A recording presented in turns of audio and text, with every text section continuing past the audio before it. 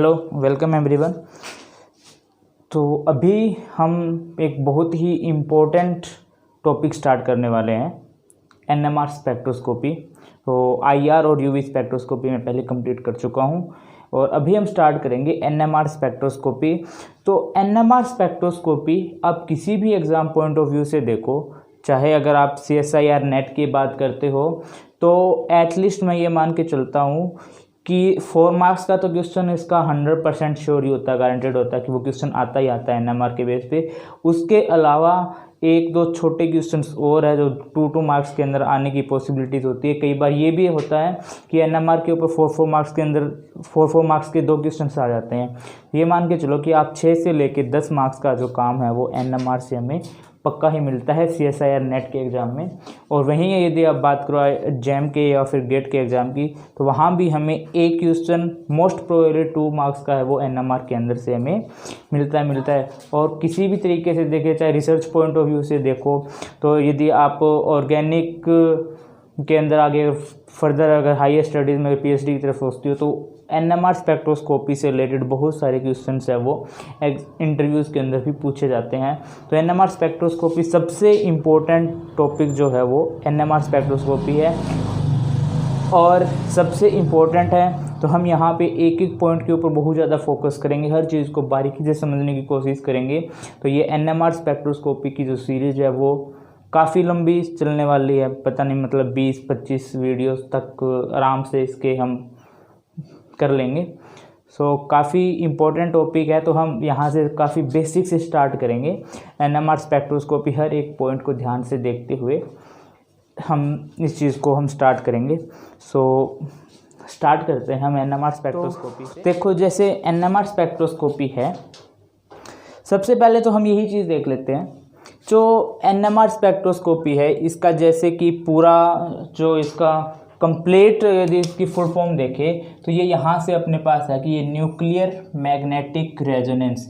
यहाँ पे जो सबसे इम्पोर्टेंट चीज़ मतलब क्या चीज़ है कि यहाँ पे मैग्नेटिक फील्ड का रोल है और किसका रोल है, न्यूक्लियस का रोल है। तो यहाँ पे हम मोस्ट ऑफ जो जितना सारा का सारा डिस्कशन है एनएमआर में वो सारा का सारा फोकस करने वाले हैं न्यूक्लियस के ऊपर। तो सबसे पहले यदि हम देखें तो इस स्पेक्ट्रोस्कोपी जो वर्ड है इसी की बात कर लेते हैं। वैसे जहाँ पे मैंने आईआर स्पेक्ट्रोस्कोपी स्टार्ट किया था वहाँ पे मैंने इनिशियली स्पेक्ट्रोस्कोपीज़ को पूरा का पूरा डिस्कस किया हुआ है, लेकिन फिर भी मैं थोड़ा सा यहाँ पे फिर से डिस्कस कर देता हूँ कि स्पेक्ट्रोस्कोपी होती क्या है। ब्रीफ रिव्यू जो है, तो स्पेक्ट्रोस्कोपी की अगर हम बात करें तो सबसे पहले जो स्पेक्ट्रोस्कोपी है वो क्या है अपनी, interaction of electromagnetic radiation with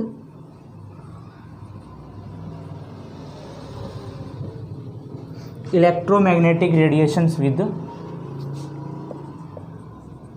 matter के साथ जो इलेक्ट्रोमैग्नेटिक रेडिएशंस होती है, जो EM वेव्स होती है, तो उसकी जो इंटरेक्शंस होती है मैटर के साथ, उसकी हम जो स्टडी करते हैं उसको हम बोलते हैं स्पेक्ट्रोस्कोपी कहलाती है वो। तो यहाँ पे क्या चीज़ वर्ड इंपॉर्टेंट आया, यहाँ पे सबसे इम्पोर्टेंट आया इलेक्ट्रोमैग्नेटिक रेडिएशंस। ठीक है, बाकी सारा मैंने पहले एक्सप्लेन कर चुका है, तो मैं यहाँ पे सिर्फ एक ब्रीफ रिव्यू देना चाहूँगा इस चीज़ का। तो इलेक्ट्रोमैग्नेटिक रेडिएशंस की हम बात करते हैं, ये वर्ड काफ़ी इंपॉर्टेंट है। इंटरेक्शन मैटर के साथ किस तरीके से होती है, interaction of electromagnetics with electromagnetic radiation with matter. इससे क्या होता है, जैसे हमारे पास कोई सब्सटेंस है, सैंपल है अपना, तो इस सब्सटेंस के ऊपर जब इलेक्ट्रोमैग्नेटिक रेडिएशंस फॉल होती है, इलेक्ट्रोमैग्नेटिक रेडिएशंस इंसिडेंट होती है, तब क्या होता है कि इसका कुछ पार्ट है वो यहाँ पे एब्जॉर्ब होगा और कुछ पार्ट है एब्जॉर्प्शन होगा, ट्रांसमिट होगी लाइट, और कुछ पार्ट है वो इसका क्या होगा, रिफ्लेक्ट होगा। ये सैंपल के ऊपर डिपेंड करता है क्योंकि वो कितनी एब्जॉर्ब करता है। तो डिफरेंट जब एनर्जीज की या डिफरेंट वेवलेंथ की जब रेडिएशंस हम पास करते हैं तो जो मैटर होता है वो एक स्पेसिफिक रीजन के अंदर डिफरेंट टाइप्स की जो एब्जॉर्प्शन लाइट है वो एब्जॉर्ब करता है।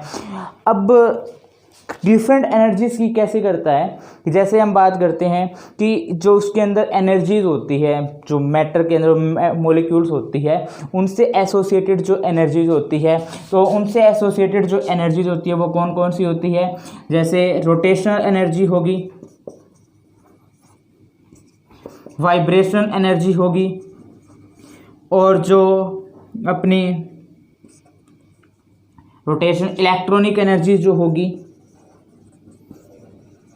तो ये डिफरेंट टाइप की जो एनर्जीज है जो या फिर मोशंस है, रोटेशनल मोशन होती है, वाइब्रेशनल मोशन होती है उसके अंदर, तो उन मोशंस के कोरेस्पॉन्डिंग, जैसे रोटेशन के लिए हमें इलेक्ट्रॉनिक ट्रांजिशंस है, इलेक्ट्रॉनिक एनर्जी ट्रांजिशन के लिए ज़्यादा एनर्जी चाहिए, वाइब्रेशन के लिए उससे थोड़ा कम चाहिए, और रोटेशन के लिए थोड़ा और कम चाहिए। तो डिफरेंट टाइप के एक्टिविटीज़ के लिए, फिनोमिनास के लिए डिफरेंट टाइप की जो रेडिएशंस है वो एब्जॉर्ब करते हैं। तो हम यहाँ पे इन चीज़ के ऊपर हम ज़्यादा फोकस नहीं करने वाले, क्योंकि ये चीज़ें मैं पहले भी एक्सप्लेन कर चुका हूँ। तो यहाँ से जो हम बात करते हैं इलेक्ट्रोमैग्नेटिक रेडिएशंस की, तो इलेक्ट्रोमैग्नेटिक रेडिएशंस में क्या चीज़ होती है? तो मेनली जो इलेक्ट्रोमैग्नेटिक रेडिएशंस होती है वो दो चीज़ें होती है। यहाँ पे क्या है, इसके अंदर क्या चीज़ होती है? इलेक्ट्रोमैग्नेटिक रेडिएशंस के अंदर दो चीज़, एक तो होता है चेंजिंग इलेक्ट्रिक फील्ड, और दूसरा जो चेंजिंग मैग्नेटिक फील्ड है वो रेगुलर जो चेंज होता रहता है, वो दोनों इससे के साथ एसोसिएटेड होते हैं। तो हम यहाँ पे क्या करते हैं, जब इलेक्ट्रोमैग्नेटिक रेडिएशंस आपने कभी पढ़ा होगा तो आपने ये चीज़ सुनी होगी कि उसके अंदर एक इलेक्ट्रिक फील्ड और एक मैग्नेटिक फील्ड है, वो दोनों के दोनों एक दूसरे के परपेंडिकुलर है, वो ट्रेवल करते हैं। जैसे मैं यहाँ पे ये बनाऊँ, तो यदि इसका मैं यहाँ पे ये जो है ये चेंजिंग इलेक्ट्रिक फील्ड यदि रिप्रेजेंट कर रहा है इलेक्ट्रिक फील्ड को, तो इसके परपेंडिकुलर एक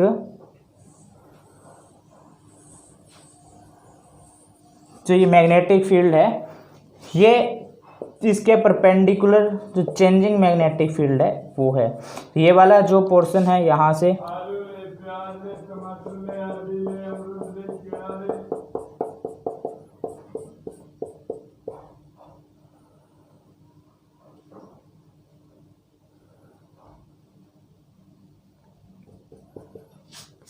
ये इलेक्ट्रिक फील्ड हो गया, और ये वाला जो पोर्शन है इधर वाला जो इसके परपेंडिकुलर मूव कर रहा है, तो ये दोनों एक दूसरे के परपेंडिकुलर मूव करते हैं। तो जब ग्राफिकल वे से यदि रिप्रेजेंट करें तो हम इसको यदि ऐसे बनाएं यहाँ पे,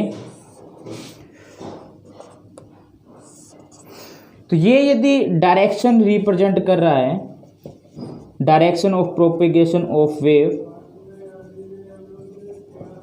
यानी कि जो वेव है वो इस डायरेक्शन में प्रोपेगेट कर रही है, इस डायरेक्शन के अंदर आगे बढ़ रही है, तो ये वाला जो इसकी इस डायरेक्शन के एक्स वाई के डायरेक्शन में यदि वेव आगे जा रही है, तो उसका वाई डायरेक्शन के अकॉर्डिंग हम यदि इलेक्ट्रिक फील्ड बनाए तो उसका जेड डायरेक्शन के अकॉर्डिंग क्या हो जाएगा, उसका मैग्नेटिक फील्ड हो जाएगा। तो इस तरीके से ये चीज़ होती है इलेक्ट्रोमैग्नेटिक रेडिएशंस के अंदर।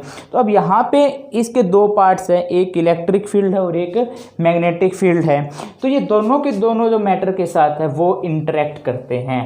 जहाँ पे यदि मैटर के साथ इलेक्ट्रिक फील्ड की जब इंटरेक्शंस होती है तो एक अलग टाइप का इफेक्ट प्रोड्यूस होता है, और जब मैग्नेटिक फील्ड है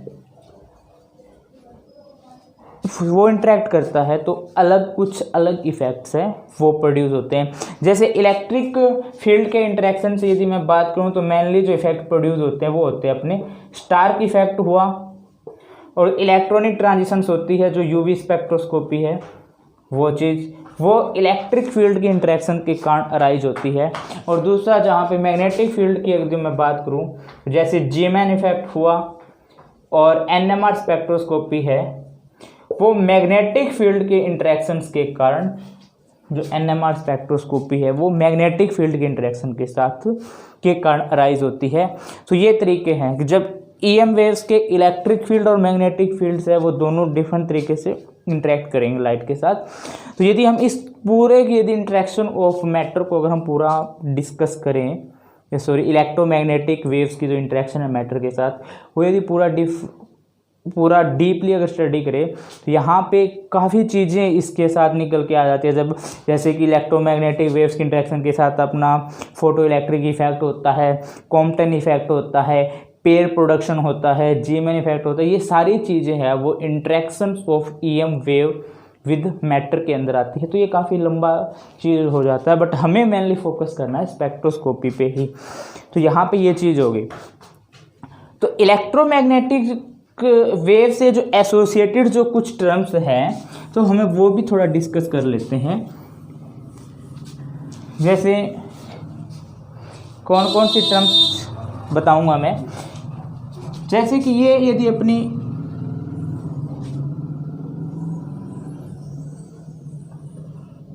वेव है, यदि अपनी वेव को ये मान के चलूँ तो यहाँ पे जो इससे जो एसोसिएटेड टर्म्स होती है वो ऑब्वियसली हमें पता होना चाहिए। तो जैसे सबसे पहले मैं वेवलेंथ लिखता हूँ, लैम्डा से रिप्रेजेंट करते हैं। तो वेवलेंथ क्या होता है, जब ये वेव है जो अपना एक पूरा का पूरा जो साइकिल है जो जो इस पूरे साइकिल को कंप्लीट करती है, ये वाली चीज़। तो यहाँ से लेके यहाँ तक जो इसका है वो एक साइकिल कंप्लीट हुआ है। तो इस एक साइकिल को कंप्लीट करने में वेव ने इस डायरेक्शन में कितनी डिस्टेंस ट्रेवल की है, ठीक है। तो ये जो डिस्टेंस होती है वो कहलाती है अपनी वेवलेंथ कहलाती है, ठीक है। और दूसरा यदि हम देखें एम्पलीट्यूड की अगर बात करें तो एम्पलीट्यूड क्या होता है, यहाँ पे जो वेव डबल नेचर होती है, पार्टिकल्स भी एसोसिएटेड होते हैं। तो ये इसकी एक मीन पोजीशन होती है। ये वाली जो लाइन है वो पार्टिकल्स तो वो वाइब्रेट करते हैं ऐसे, तो ये वाली जो बीच वाली लाइन है वो पार्टिकल्स की मीन पोजीशन होती है। तो इस मीन पोजीशन से पार्टिकल कभी यहाँ पे जाता है, विद द फ्लो जाता है, और फिर जब वो उतनी तो वो वापस अपनी मेन पोजीशन की तरफ आना चाहता है तो यहाँ पे आता है वो, बट जो इसका इनर्शिया होता है उस इनर्शिया के कारण जो पार्टिकल वहाँ पे रुक नहीं पाता। तो इसके बाद क्या होगा, ये इस साइड चला जाता है, फिर यहाँ तक पहुँचता है मैक्सिमम, फिर वापस ये अपने मेन पोजीशन की तरफ आता है जितना इनर्शिया से जितनी दूर लेके जा सकता है, उसके बाद से फिर ये वापस इस साइड आता है। तो ये जो मैक्सिमम कितना दूर है, जो कितना डिस्प्लेसमेंट हो सकता है इसका अपनी मेन पोजीशन से, तो ये वाली स्ट्रेट लाइन है वो मेन पोजीशन है। तो इस मेन पोजीशन से जो मैक्सिमम इसका कितना डिस्प्लेसमेंट हो सकता है वो कहलाता है एम्पलीट्यूड कहलाता है वो। फिर हम बात करते हैं फ्रीक्वेंसीज की बात करते हैं। तो फ्रीक्वेंसी की यदि मैं बात करूं तो यहाँ पे देखो ये एक साइकिल हो गया, ठीक है। तो ये एक साइकिल हो गया कंप्लीट। तो इससे पहले मैं एक चीज़ की और बात कर लेता हूँ, टाइम पीरियड की बात कर लेता हूँ एक। तो टाइम पीरियड क्या है, ये टाइम पीरियड क्या होता है कि ये साइकिल कंप्लीट करने में कितना टाइम वेव को लगता है, कि एक साइकिल कंप्लीट करने में, जैसे ये एक साइकिल हुआ तो इस साइकिल को कंप्लीट करने में वेव को कितना टाइम लगेगा, वो उसका होता है टाइम पीरियड। फिर हम वर्ड आता है फ्रीक्वेंसी का। तो फ्रीक्वेंसी का क्या होता है कि यहाँ पे ये हो गया कितना टाइम लग रहा है, तो फ्रीक्वेंसी होती है कि कितने साइकिल पर सेकंड के अंदर जो वेव है वो कंप्लीट कर पाती है, कि नंबर ऑफ साइकिल्स पर सेकंड जो होता है वो उसका क्या कहलाता है, फ्रीक्वेंसी कहलाता है। और फ्रीक्वेंसी और टाइम पीरियड का जो रिलेशन होता है वो क्या होता है, 1/t का होता है, इन्वर्सली प्रोपोर्शनल होता है ये, ठीक है, रिवर्स होता है इसका, रेसिप्रोकल बोल दो। और फिर एक वर्ड आता है वेव नंबर। वेव नंबर को हम इससे रिप्रेजेंट करते हैं, या 1/λ होता है। वेव नंबर का वेव नंबर को देखें तो क्या होगा, नंबर ऑफ वेव्स, या फिर नंबर ऑफ साइकिल्स कितने होंगे। जैसे ये मैं एक डिस्टेंस लेता हूँ 1 मीटर, यदि मैंने ये डिस्टेंस ली है तो पर यूनिट डिस्टेंस के अंदर ये कितने साइकिल्स है, 1, और ये कितने हो गए 2। तो कितने साइकिल्स है वो पर यूनिट डिस्टेंस के अंदर है, वो उसका क्या कहलाता है, वेव कहलाता है। ठीक है, total number of cycles per unit distance. अब पर यूनिट डिस्टेंस सेंटीमीटर भी हो सकता है, मीटर भी हो सकता है।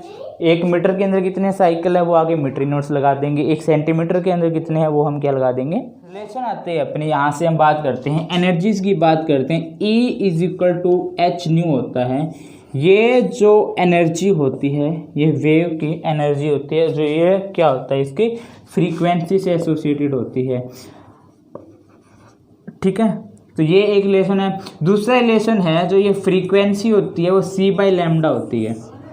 c/λ देखो कैसे, कि जितनी ज़्यादा स्पीड होगी, फ्रीक्वेंसी क्या है, नंबर ऑफ साइकिल्स कितने कंप्लीट कर रहा है पर सेकंड के अंदर, तो वेव जितना फास्टली प्रोपेगेट करेगी उतनी ज़्यादा चांसेस है कि वो साइकिल्स है उतनी ज़्यादा कवर अप करे। और जो लैम्डा होता है वो क्या होता है, वेव लेंथ, यानी कि साइकिल की जो लेंथ है वो जितनी कम होगी उतनी ही ज़्यादा साइकिल्स हम कंप्लीट करें। यानी कि एक तो हमें 20 मीटर ट्रेवल करना और एक हमें 10 मीटर ट्रेवल करना है, तो हम 10 मीटर वाले साइकिल है वो ज़्यादा कंप्लीट करेंगे एज़ कम्पेयर टू 20 वाले। तो ये दोनों रिलेशंस है। अब एक इम्पोर्टेंट चीज़ आती है यहाँ पे, फ्रीक्वेंसी को हमने डिस्कस कर लिया, वेवलेंथ को हमने डिस्कस कर लिया।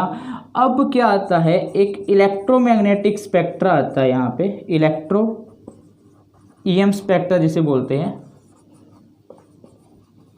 तो इस स्पेक्ट्रम में क्या होता है, जो जैसे डिफरेंट टाइप की वेव्स होती है तो उनकी जो एनर्जीज होती है वो क्या होती है, डिफरेंट होती है। अब डिफरेंट एनर्जीज होती है तो उन सभी वेव्स को यदि एक साथ एक ऑर्डर के अंदर लगाया जाए, यानी कि अकॉर्डिंग टू देयर फ्रीक्वेंसी या फिर अकॉर्डिंग टू देयर वेवलेंथ, तो उसके अकॉर्डिंग यदि हम उसे सेट करें तो वो एक पैटर्न बनेगा। और उस पैटर्न को हम क्या कहते हैं, जो कलेक्शन आएगा उसे हम बोलते हैं EM स्पेक्ट्रा। तो यहाँ पे जो सबसे इम्पोर्टेंट अगर हम बात करें ना, जो EM स्पेक्ट्रा की अगर हम बात करें तो सबसे पहले जो अपना आता है वो आता है गामा रेस, गामा रेस के बाद अपना आता है एक्स रेस। बात करें तो डिफरेंट जो ऑर्डर बनाते हैं, तो एक ऑर्डर क्या बनता है यहाँ पे, एक 10⁻⁻12 मीटर की जो इसकी रेंज होती है वो गामा रेज होती है। फिर जो 10⁻⁻10 है वो अपना क्या आ जाता है, एक्स रेज आ जाता है। और एक्स रेज भी कहाँ से प्रोड्यूस होती है, ये भी एक मैटर से ही प्रोड्यूस होती है। ठीक है, जहाँ पे जब कोई मैटर है उसके ऊपर रेडिएशन आती है तो वहाँ से वो इलेक्ट्रॉन निकलता है, वो बाहर निकल जाता है। फिर जो मतलब मान लो अंदर वाले सेल से इलेक्ट्रॉन बाहर निकलता है, सबसे अंदर जो है मतलब फर्स्ट सेल से, तो वहाँ से क्या होता है कि 3rd 4th सेल में से इलेक्ट्रॉन है वो फर्स्ट सेल के अंदर आते हैं, तो वो अपनी जो एनर्जीज एमिट करते हैं, वहाँ से ये एक्सरे प्रोड्यूस होती है। फिर इसके बाद जो ये आता है, फिर नेक्स्ट रीजन आता है यूवी का, यूवी और विजिबल स्पेक्ट्रम, यूवी और विजिबल। तो यूवी को भी हमने डिस्कस किया है कि जो यूवी स्पेक्ट्रोस्कोपी होती है, यदि कोई मैटर है वो यूवी रेंज की रेडिएशन से एब्जॉर्ब कर रहा है तो हम उसे बोल देते हैं कि वो अपना यूवी स्पेक्ट्रोस्कोपी है। और इसकी रेंज ये रहती है 10⁻⁻8। फिर जो विजिबल रीजन है उसकी क्या रहती है, ये 10⁻⁻6। फिर इसके बाद जो रीजन आता है वो आता है IR का। तो IR स्पेक्ट्रोस्कोपी भी, जहाँ पे IR फ्रीक्वेंसीज एब्जॉर्ब करता है, वो IR स्पेक्ट्रोस्कोपी आता है। और IR स्पेक्ट्रोस्कोपी के लिए ठीक है, फिर इसके बाद यदि हम देखते हैं तो फिर इसके बाद जो नेक्स्ट रीजन है वो आता है अपना माइक्रोवेव आता है, जो कि लगभग 10⁻⁻2 मीटर या फिर 1 सेंटीमीटर की जो अप्रोक्सीमेट है उनको एब्जॉर्ब करता है। और फिर अपना इसके बाद का आता है रेडियो वेव्स का आता है। तो ये वाली जो चीज़ है ये मैंने लैम्डा लगाया है। तो यदि एनर्जी की अगर बात करूं तो जहाँ पे लैम्डा सबसे कम होगा एनर्जी सबसे ज़्यादा होगी, तो ये हाई एनर्जी को एब्जॉर्ब करता है। और इस साइड जो आता है वो आता है लो एनर्जी आता है। इस साइड ये हाई एनर्जी है और ये लो एनर्जी है। तो ये वाली जो यहाँ पे ये वाला जो रीजन है अपना, ये वाला जो रीजन है, तो ये वाले रीजन यदि एब्जॉर्ब करते हैं तो यहाँ से ये सारे के सारे रीजन्स है वो हमें क्या करते हैं, एक अलग स्पेक्ट्रोस्कोपी देते हैं। जैसे ये यूवी वाला रीजन्स है वो इलेक्ट्रॉनिक ट्रांजिशंस के लिए यूज होते हैं। इलेक्ट्रॉनिक ट्रांजिशंस होती है वो इस वाले रीजन से होती है, तो ये यूवी स्पेक्ट्रोस्कोपी इलेक्ट्रॉनिक ट्रांजिशन से रिलेटेड होती है। जो आईआर है वो हमें क्या देता है, वाइब्रेशनल ट्रांजिशन देता है। जो मॉलिक्यूल्स के अंदर वाइब्रेशन होगी वो इस रीजन की लाइट को एब्जॉर्ब करने से होगी, रेडिएशंस को। तो इस रीजन वाला जो वाइब्रेशनल ट्रांजिशन से जो स्पेक्ट्रा होता है वो आईआर स्पेक्ट्रोस्कोपी कहलाती है। और ये वाला रोटेशनल ट्रांजिशंस करवाता है, यानी कि मॉलिक्यूल्स को रोटेट करवाएगा ये। और फिर जो सबसे कम आती है वो होती है अपनी यहाँ पे, ये रीजन है वो एनएमआर के अंदर आता है। तो एनएमआर के लिए हम डिस्कस करते हैं, तो एनएमआर के लिए हम डिस्कस क्या करते हैं, रेडियो वेव्स होती है वो एनएमआर के अंदर एब्जॉर्ब होती अपना है। अभी तक है कि इलेक्ट्रोमैग्नेटिक रेडिएशंस और ये चीज़ होगी। तो यहाँ पे मैंने अभी आपको क्या बताया है कि अपने पास कितने टाइप की स्पेक्ट्रोस्कोपीज को हम डिस्कस करते हैं वो मैंने आपको बताया यहाँ से। तो एनएमआर स्पेक्ट्रोस्कोपी है। सबसे पहले हम बात करते हैं किसकी, यूवी स्पेक्ट्रोस्कोपी की। यूवी स्पेक्ट्रोस्कोपी है वो यूवी विजिबल ईएम वेव्स को एब्जॉर्ब करता है, और इसके एब्जॉर्प्शन से जो मेन ट्रांजिशंस होती है वो होती है इलेक्ट्रॉनिक ट्रांजिशंस। फिर इसके बाद जो अपना आईआर स्पेक्ट्रोस्कोपी है, तो आईआर स्पेक्ट्रोस्कोपी का जो सबसे ज़्यादा यूज है वो वहाँ पे क्या होता है, ये आईआर वेव्स को एब्जॉर्ब करता है इंफ्रारेड को, और ये किसके लिए रिस्पॉन्सिबल है, वाइब्रेशनल ट्रांजिशंस के लिए, ठीक है। और फिर जो रोटेशनल स्पेक्ट्रोस्कोपी है अपनी,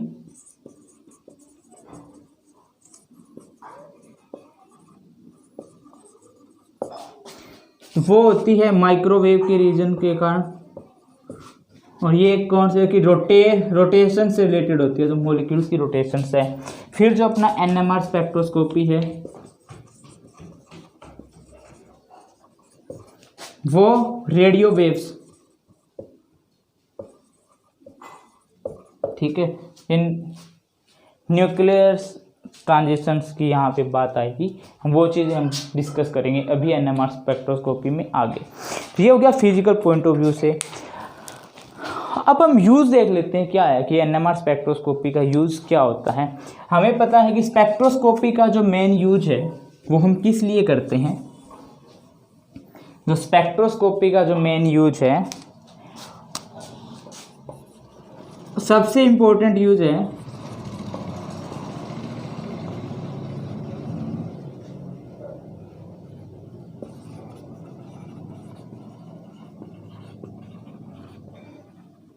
वो अननोन कंपाउंड का जो स्ट्रक्चर है, या फिर स्ट्रक्चर कंपोजिशन एंड स्ट्रक्चर बोल देता हूँ मैं यहाँ पे, composition and structure of unknown compounds का जो कंपोजिशन और स्ट्रक्चर है वो जानने के लिए हम क्या चीज़ करते हैं,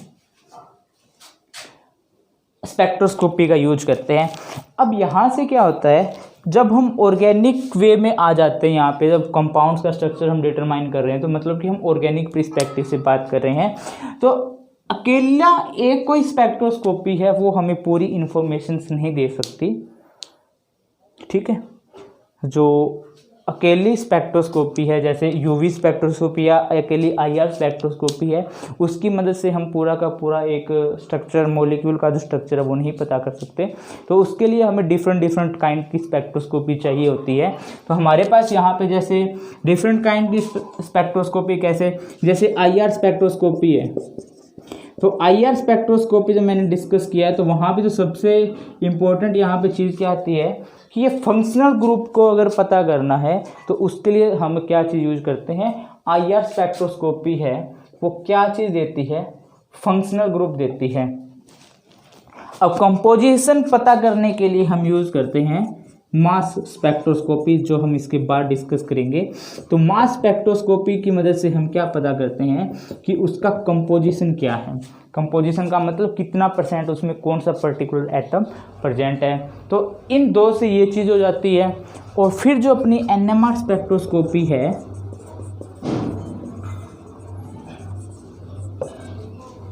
इसके लिए हम क्या करते हैं, जो एक पर्टिकुलर एटम का जो इन्वायरमेंट होता है मॉलिक्यूल के अंदर, उसको हम पता कर सकते हैं, ठीक है,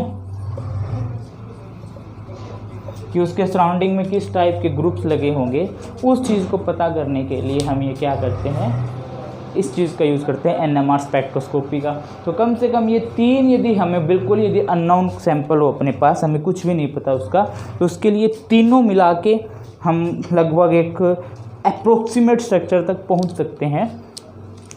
और UV स्पेक्ट्रोस्कोपी है वो वहाँ पे हमें पता है, हमने देखा था पहले मेनली वहाँ पे हम क्या कर रहे थे, एक्सटेंडेड कॉन्जुगेशंस की बात कर रहे थे, कॉन्जुगेशन कितना एक्सटेंड है उस चीज़ की हम बात कर रहे थे, वो कर रहे थे हम UV स्पेक्ट्रोस्कोपी के अंदर। तो ये सब जो सारा है तो अभी तक अपना बेसिक होगा कि स्पेक्ट्रोस्कोपी में क्या क्या होती है, कैसी कैसी चीज़ें होती हैं, क्या चीज़ यहाँ पे इम्पोर्टेंट होती है। तो हमारा जो मेन फोकस है वो क्या है, NMR है। तो NMR है,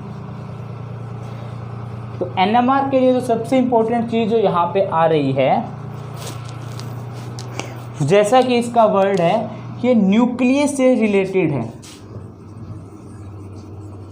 तो न्यूक्लियस से रिलेटेड है, तो मतलब एटम के न्यूक्लियस से रिलेटेड है। तो इससे पहले यानी कि, तो इसके लिए हम थोड़ा सा स्ट्रक्चर ऑफ एटम है वो देखते हैं कि वो किस तरीके से होता है।